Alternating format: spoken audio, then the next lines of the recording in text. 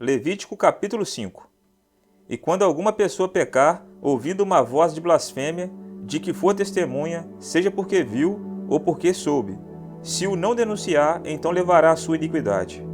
Ou quando alguma pessoa tocar em alguma coisa imunda, seja corpo morto de fera imunda, seja corpo morto de animal imundo, seja corpo morto de réptil imundo, ainda que não soubesse, contudo será ele imundo e culpado.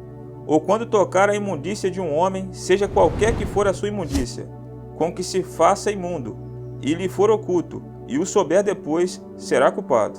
Ou quando uma pessoa jurar, pronunciando temerariamente com seus lábios, para fazer o mal, ou para fazer o bem, em tudo que o homem pronuncia temerariamente com juramento, e lhe for oculto, e o souber depois, culpado será numa destas coisas.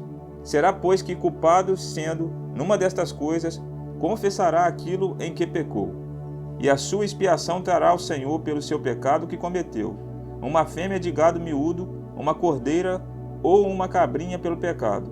Assim o sacerdote por ele fará expiação do seu pecado. Mas, se em sua mão não houver recurso para um gado miúdo, então trará para expiação da culpa que cometeu ao Senhor 2 rolas ou 2 pombinhos, um para expiação do pecado e o outro para o holocausto. E os trará ao sacerdote, o qual primeiro oferecerá aquele que é para a expiação do pecado, e com a sua unha lhe fenderá a cabeça junto ao pescoço, mas não o partirá. E do sangue da expiação do pecado espargirá sobre a parede do altar.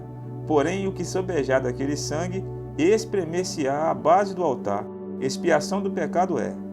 E do outro fará o holocausto conforme ao costume. Assim o sacerdote por ela fará expiação do seu pecado que cometeu, e ele será perdoado.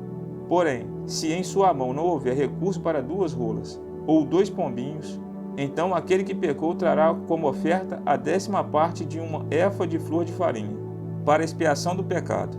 Não deitará sobre ela azeite nem lhe porá em cima o incenso, porquanto é a expiação do pecado. E a trará ao sacerdote, e o sacerdote dela tomará a sua mão cheia pelo seu memorial, e a queimará sobre o altar, em cima das ofertas queimadas do Senhor. Expiação de pecado é. Assim o sacerdote por ela fará expiação do seu pecado, que cometeu em alguma destas coisas, e lhe será perdoado, e o restante será do sacerdote, como oferta de alimentos.